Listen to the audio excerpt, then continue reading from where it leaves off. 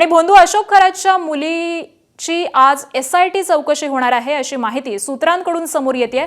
अशोक खरातची मुलगी तृप्ता बालाची आज SIT चौकशी होणार आहे अशी सूत्रांकडून माहिती समोर आलेली आहे। मुलगी तृप्ता बालाच्या नावावरती अशोक खरातने कोट्यवधी रुपयांच्या जमिनी आणि स्थावर मालमत्ताही खरेदी केल्याचं तपासामध्ये समोर आलेलं आहे। खरातच्या आर्थिक गैरव्यवहारांच्या चौकशीसाठी आज मुलीची चौकशी केली जाणार असल्याची सूत्रांची माहिती आहे। तर लवकरच दुसऱ्या मुलीची देखील चौकशी केली जाणार असल्याची माहिती मिळते।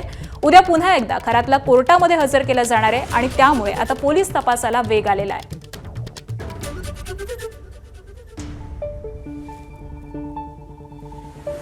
अशोक खरातच्या मुलीची चौकशी केली जाण्याची शक्यता ही आज वर्तवली गेलेली आहे। याआधी देखील अशोक खरातचा मुलगा हर्षवर्धन याची चौकशी करण्यात आलेली होती आणि त्यानंतर तो नॉट रिचेबल झालेला आहे आणि त्यानंतर आता हा चौकशीचा ससेमिरा त्याच्या मुलीकडे वळलेला आहे। मुलीची आज चौकशी केली जाण्याची शक्यता ही व्यक्त केली जाते आहे।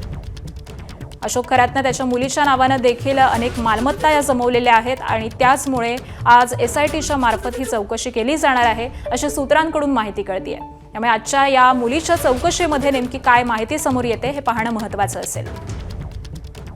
आणि याच संदर्भामध्ये आपण अपडेट जाणून घेऊयात आमचे प्रतिनिधी मुकुल कुलकर्णी यांच्याकडून।